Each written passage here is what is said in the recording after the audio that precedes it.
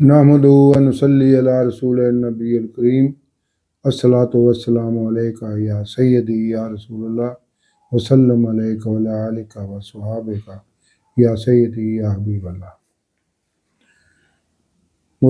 محترم سامعین و ناظرین، السلام علیکم ورحمۃ اللہ وبرکاتہ۔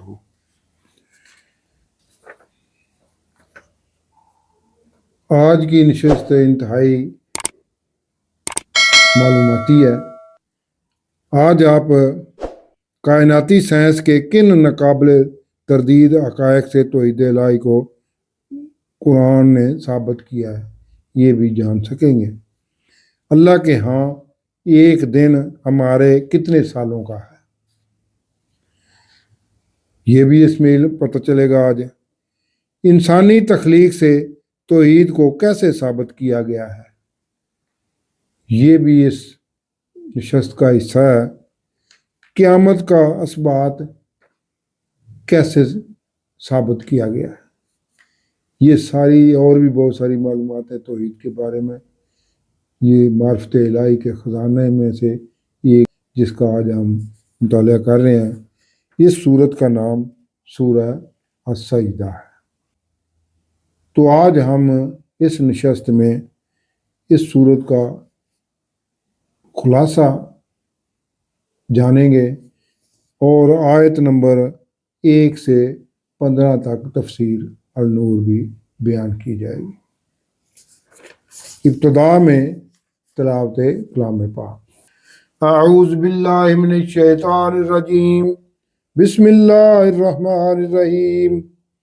الف لام میم، تنزیل الکتاب لا ریب فیہ من رب العالمین۔ ام یقولون افتراہ بل هو الحق من ربک لتنذر قوما ما آتاہم من نذیر من قبلک لعلہم یہتدون۔ اللہ الذی خلق السماوات والارض وما بینہما فی 6 ایام ثم استوى علی العرش ما لکم من دونہ من ولی ولا شفیع افلا تتذکرون۔ صدق اللہ العظیم۔ اب سورہ سجدہ کا خلاصہ۔ سورہ سجدہ مکی و مدنی صورتوں کے چوتھے گروپ کی 8ویں اور اس گروپ کی آخری مکی صورت ہے۔ اس میں 30 آیات اور 3 رکوع ہیں جو 21ویں پارے کے 14ویں رکوع سے 16ویں رکوع تک ہے۔ اس صورت کے ذریعے لوگوں کے توحید، رسالت اور آخرت کے متعلق شکوک و شبہات کو رد کیا گیا ہے اور 3 حقیقتوں پر ایمان کی دعوت دی گئی ہے۔ حضور اکرم صلی اللہ علیہ وسلم کے متعلق کفار کے گمراہ کن پراپیگنڈے کا بھی جواب دیا گیا ہے۔ قرآن کے بارے میں 2 ٹوک بتایا گیا ہے کہ بلا شبہ یہ قرآن اللہ ہی کا کلام ہے، اس لیے نازل کیا گیا ہے کہ غفلت میں پڑی ہوئی قوم کو یعنی کفار مکہ کو خبردار کیا جائے، اور یہ بھی بتایا گیا ہے کہ قرآن جن حقائق کو پیش کر رہا ہے یہ ان کے بارے میں عقل سے کام لیتے ہوئے خود سوچو، آسمان اور زمین کے نظام کو دیکھو، خود اپنی پیدائش اور بناوٹ پر غور کرو۔ کیا یہ سب عوامل قرآن کی سچائی کو اجاگر نہیں کر رہے، یا اس سے تمہارے جھوٹے معبودوں کی تصدیق ہو رہی ہے؟ کیا تمہیں عقل نہیں آتی کہ جس نے تمہیں ابتدا سے پیدا کیا ہے کیا وہ تمہیں دوبارہ پیدا نہیں کر سکے گا؟ پھر روز قیامت کی نقشہ کشی کر کے ایمان کے ثمرات اور کفر کا انجام بد بیان کیا گیا ہے تاکہ کفار اپنے انجام کو سامنے رکھتے ہوئے مشرکانہ حرکتوں سے باز آ جائیں اور قرآنی تعلیم کو قبول کر کے اپنی عاقبت درست کر لیں۔ یہ بھی اس صورت میں بتایا گیا ہے کہ انسان کو اس کے گناہوں کے باوجود اس لیے مہلت دی جاتی ہے کہ وہ اپنے گناہوں کی اللہ سے معافی مانگ لے، کیونکہ یہ چھوٹی چھوٹی آزمائشیں اور تکالیف انسان کو راہ راست پر لانے کے لیے ہی ہوتی ہیں کہ وہ غفلت کے اندھیروں سے باہر نکل کر سیدھے دین حق پر آ جائے۔ یہ بھی بتایا گیا ہے اس صورت میں یہ کوئی انوکھا واقعہ تو نہیں کہ حضور اکرم صلی اللہ علیہ وسلم پر اللہ کی طرف سے ایک کتاب نازل کی گئی ہے۔ اس سے پہلے موسیٰ علیہ السلام پر بھی تو کتاب نازل کی گئی تھی جسے تم جانتے بھی ہو اے کفار۔ موجودہ دعوت حق پر تم اتنے سیکھ پا کیوں ہو رہے ہو؟ کفار کو کہا گیا ہے کہ تم اس کی تعلیمات پر عمل کرو، ورنہ تمہارا انجام بھی ویسا ہی ہوگا جیسے موسیٰ علیہ السلام کی دعوت سے انکار کرنے والوں کا ہو چکا ہے۔ اب اس کتاب کے ماننے والوں کو ہی امامت نصیب ہوگی۔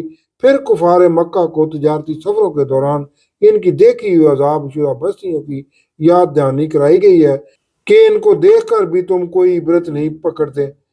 اور آج رسول اللہ صلی اللہ علیہ وسلم کی بات چند غلاموں اور غریبوں کے سوا کوئی نہیں سن رہا، اور ہر طرف نہ صرف انہیں تکلیف پہنچائی جا رہی ہے بلکہ ان کا مذاق بھی اڑایا جا رہا ہے۔ اور یہی تمہاری غلط فہمی ہے کہ ان غربا کے ہوتے ہوئے رسول اللہ صلی اللہ علیہ وسلم کی دعوت حق نہیں پھیل سکے گی، لیکن یہ محض تمہاری غلط فہمی اور نظر کا دھوکہ ہے۔ آخر میں حضور اکرم صلی اللہ علیہ وسلم کو مخاطب کر کے فرمایا گیا ہے کہ یہ کفار آپ صلی اللہ علیہ وسلم کی باتیں سن کر مذاق اڑاتے ہیں اور آپ صلی اللہ علیہ وسلم سے پوچھتے ہیں کہ فیصلہ کن فتح آپ صلی اللہ علیہ وسلم کو کب نصیب ہوگی۔ آپ صلی اللہ علیہ وسلم سے کہا گیا ہے کہ آپ صلی اللہ علیہ وسلم ان مشرکین سے فرما دیں کہ جب ہمارے اور تمہارے درمیان فیصلے کا وقت آ جائے گا، اس وقت تمہارا ایمان لانا کسی کام کا نہ ہوگا، اس لیے موقع سے فائدہ اٹھاتے ہوئے ابھی ایمان لے آؤ، ورنہ آخری فیصلے کا انتظار کرتے رہو۔ یہ اس صورت کا مختصر سا جائزہ تھا۔ اب اس کی تفسیر النور۔ یہ صورت بھی حروف مقطعات الف لام میم سے شروع ہوتی ہے اور ساتھ ہی قرآن کی تصدیق۔ اس کتاب کا نازل کرنا جس میں کوئی شک نہیں رب العالمین کی طرف سے ہے۔ کیا یہ کفار کہتے ہیں کہ حضور اکرم صلی اللہ علیہ وسلم نے اسے خود گڑھ لیا ہے؟ بلکہ یہ قرآن تو حق ہے آپ صلی اللہ علیہ وسلم کے رب کی طرف سے، تاکہ آپ صلی اللہ علیہ وسلم ڈرائیں اس قوم کو جن کے پاس آپ صلی اللہ علیہ وسلم سے پہلے کوئی ڈرانے والا نہیں آیا، یعنی کفار مکہ، عرب کے قبائل، تاکہ وہ ہدایت پائیں۔ یعنی حضرت اسماعیل علیہ السلام سے حضور اکرم صلی اللہ علیہ وسلم تک بنو اسماعیل پر کوئی نبی یا رسول مبعوث نہیں کیا گیا تھا۔ اللہ وہ ہے جس نے آسمانوں اور زمین کو خلق کیا ہے اور جو بھی ان دونوں کے درمیان ہے اسے بھی خلق کیا ہے 6 دنوں یعنی 6 ادوار میں، پھر اس نے استوا کیا عرش پر۔ اب عرش کی تھوڑی سی وضاحت کروں گا میرے علم کے مطابق۔ جو ہے تخت حکومت یہ وہ مقام ہے جہاں تمام اجرام فلکی اور کہکشاؤں کے درمیان موجود کشش ایک جگہ منطبق ہوتی ہے۔ اسی لیے انسان یا چیز کا ایک جگہ پر منطبق ہونا ہی توحید الہی کو ثابت کرتا ہے۔ تمام زمینی اور آسمانی تخلیق کا کنٹرول اسی مقام پر ہے جسے اللہ نے اپنا تخت حکومت بنایا ہے، یعنی وہ خود ہی تمام کائناتی نظام کو کنٹرول کیے ہوئے ہے۔